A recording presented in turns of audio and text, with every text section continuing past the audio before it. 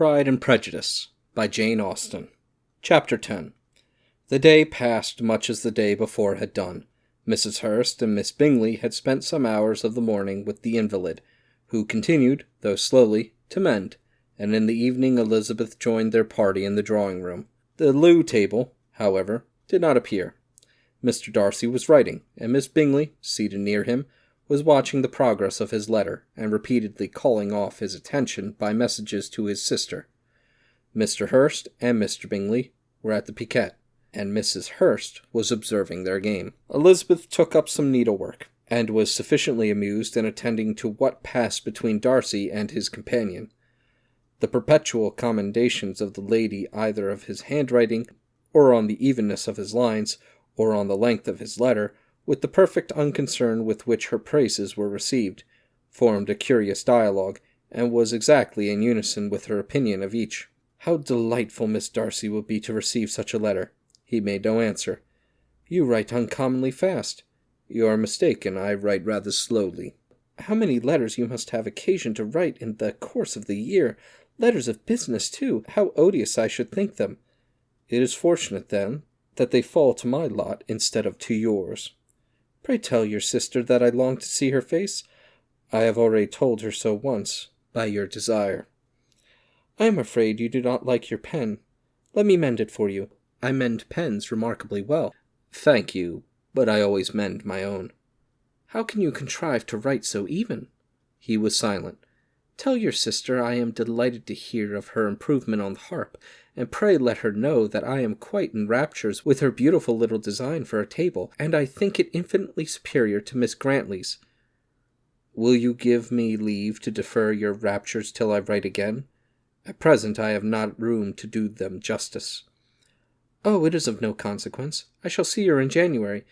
But do you always write such charming long letters to her, Mr. Darcy?" "They are generally long, but whether always charming it is not for me to determine."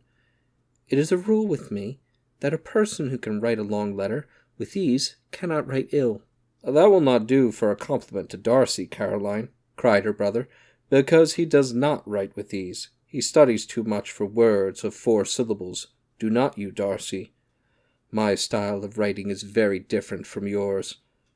"Oh," cried Miss Bingley, "Charles writes in the most careless way imaginable. He leaves out half his words and blots the rest." "My ideas flow so rapidly that I have not time to express them, by which means my letters sometimes convey no ideas at all to my correspondents." "Your humility, Mr. Bingley," said Elizabeth, "must disarm reproof." "Nothing is more deceitful," said Darcy, "than the appearance of humility. It is often only carelessness of opinion, and sometimes an indirect boast." "And which of the two do you call my little recent piece of modesty?" "The indirect boast, for you are really proud of your defects in writing, because you consider them as proceeding from a rapidity of thought and careless of execution, which, if not estimable, you think at least highly interesting. The power of doing anything with quickness is always much prized by the possessor, and often without any attention to the imperfection of the performance. When you told Mrs. Bennet this morning that if you ever resolved on quitting Netherfield you should be gone in 5 minutes, you meant it to be a sort of panegyric, of compliment to yourself, and yet what is there so very laudable in a precipitance which must leave very necessary business undone, and can be of no real advantage to yourself or anyone else?" "Nay," cried Bingley, "this is too much to remember at night all the foolish things that were said in the morning, and yet, upon my honour, I believe what I said of myself to be true, and believe it at this moment. At least, therefore, I do not assume the character of needless precipitance merely to shew off before the ladies. I dare say you believed it, but I am by no means convinced that you would be gone with such celerity. Your conduct would be quite as dependent on the chance as that of any man I know, and if, as you were mounting your horse, a friend were to say, 'Bingley, you had better stay till next week,' you would probably do it, and would probably not go, and, at another word, might stay a month." "You have only proved by this," cried Elizabeth, "that Mr. Bingley did not do justice to his own disposition. You have shewn him off now much more than he did himself." I am exceedingly gratified, said Bingley, by converting what my friend says into a compliment on the sweetness of my temper, but I am afraid you are giving it a turn which that gentleman did by no means intend, for he would certainly think the better of me, if under such a circumstance I were to give a flat denial, and ride off as fast as I could. Would Mr. Darcy then consider the rashness of your original intention as atoned for by your obstinacy in adhering to it? Upon my word, I cannot exactly explain the matter. Darcy must speak for himself. You expect me to account for opinions which you choose to call mine, but which I have never acknowledged. Allowing the case, however, to stand according to your representation, you must remember, Miss Bennet, that the friend who is supposed to desire his return to the house, and the delay of his plan, has merely desired it, asked it without offering one argument in favour of its own propriety. To yield readily, easily, to the persuasion of a friend is no merit with you. To yield without conviction is no compliment to the understanding of either. You appear to me, Mr. Darcy, to allow nothing for the influence of friendship and affection. A regard for the requester would often make one readily yield to a request, without waiting for arguments to reason one into it. I am not particularly speaking of such a case as you have supposed about Mr. Bingley. You may as well wait, perhaps, till the circumstance occurs, before we discuss the discursion of his behaviour thereupon, but in general and ordinary cases, between friend and friend, where one of them is desired by the other to change a resolution of no very great moment, should you think ill of the person for complying with the desire, without waiting to be argued into it? Will it not be advisable, before we proceed on this subject, to arrange with rather more precision the degree of importance which is to appertain to this request, as well as the degree of intimacy subsisting between the parties? By all means, cried Bingley. Let us hear all the particulars, not forgetting their comparative height and size, for that will have more weight in the argument, Miss Bennet, than you may be aware of. I assure you that if Darcy were not such a great tall fellow in comparison with myself, I should not pay him half as much deference. I declare I do not know a more awful object than Darcy, on particular occasions, and in particular places, at his own house especially, and of a Sunday evening where he has nothing to do. Mr. Darcy smiled, but Elizabeth thought she could perceive that he was rather offended, and therefore checked her laugh. Miss Bingley warmly resented the indignity he had received in an expostulation with her brother for talking such nonsense. I see your design, Bingley, said his friend. You dislike an argument. You want to silence this. Perhaps I do. Arguments are too much like disputes. If you and Miss Bennet will defer yours till I am out of the room, I shall be very thankful, and then you may say whatever you like of me. What you ask, said Elizabeth, is no sacrifice on my side, and Mr. Darcy had much better finish his letter. Mr. Darcy took her advice, and did finish his letter. When the business was over, he applied to Miss Bingley and Elizabeth for the indulgence of some music.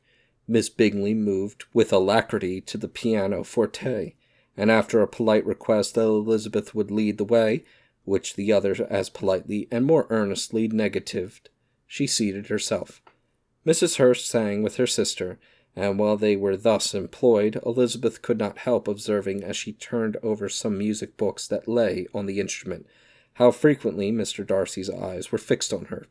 She hardly knew how to suppose that she could be an object of admiration to so great a man, and yet that he should look at her because he disliked her was still more strange. She could only imagine, however, at last, that she drew his notice because there was a something about her more wrong and reprehensible, according to his ideas of right, than in any other person present. The supposition did not pain her. She liked him too little to care for his approbation. After playing some Italian songs, Miss Bingley varied the charm by a lively Scotch air, and soon afterwards Mr. Darcy, drawing near Elizabeth, said to her, "Do not you feel a great inclination, Miss Bennet, to seize such an opportunity of dancing a reel?" She smiled, but made no answer. He repeated the question, with some surprise at her silence. "Oh," said she, "I heard you before, but I could not immediately determine what to say in reply. You wanted me, I know, to say yes, that you might have the pleasure of despising my taste. But I always delight in overthrowing those kind of schemes, and cheating a person of their premeditated contempt. I have therefore made up my mind to tell you that I do not want to dance reel at all, and now despise me if you dare." "Indeed, I do not dare." Elizabeth, having rather expected to affront him, was amazed at his gallantry, but there was a mixture of sweetness and archness in her manner which made it difficult for her to affront anybody. And Darcy had never been so bewitched by any woman as he was by her. He really believed that were it not for the inferiority of her connections, he should be in some danger. Miss Bingley saw, or suspected enough to be jealous, and her great anxiety for the recovery of her dear friend Jane received some assistance from her desire of getting rid of Elizabeth. She often tried to provoke Darcy into disliking her guest by talking of their supposed marriage, and planning his happiness in such an alliance. "I hope," said she, as they were walking together in the shrubbery the next day, "you will give your mother-in-law a few hints, when this desirable event takes place, as to the advantage of holding her tongue, and if you can compass it, do cure the younger girls of running after the officers, and, if I may mention so delicate a subject, endeavour to check that little something, bordering on conceit and impertinence, which your lady possesses. Have you anything else to propose for my domestic felicity?" "Oh, yes. Do let the portraits of your uncle and Aunt Phillips be placed in the gallery at Pemberley. Put them next to your great-uncle the judge. They are in the same profession, you know, only in different lines. As for your Elizabeth's picture, you must not attempt to have it taken, for what painter could do justice to those beautiful eyes? It would not be easy, indeed, to catch their expression, but their colour and shape, and the eyelashes, so remarkably fine, might be copied." At that moment they were met from another walk by Mrs. Hurst and Elizabeth herself. "I did not know that you intended to walk," said Miss Bingley, in some confusion, lest they had been overheard. "You used us abominably ill," answered Mrs. Hurst, "in running away without telling us that you were coming out." Then taking the disengaged arm of Mr. Darcy, she left Elizabeth to walk by herself. The path just admitted 3. Mr. Darcy felt their rudeness and immediately said, "This walk is not wide enough for our party. We had better go into the avenue." But Elizabeth, who had not the least inclination to remain with them, laughingly answered, "No, no, stay where you are. You are charmingly grouped, and appear to uncommon advantage. The picturesque would be spoilt by admitting a fourth. Good-bye." She then ran gaily off, rejoicing as she rambled about in the hope of being at home again in a day or 2. Jane was already so much recovered as to intend leaving her room for a couple of hours that evening.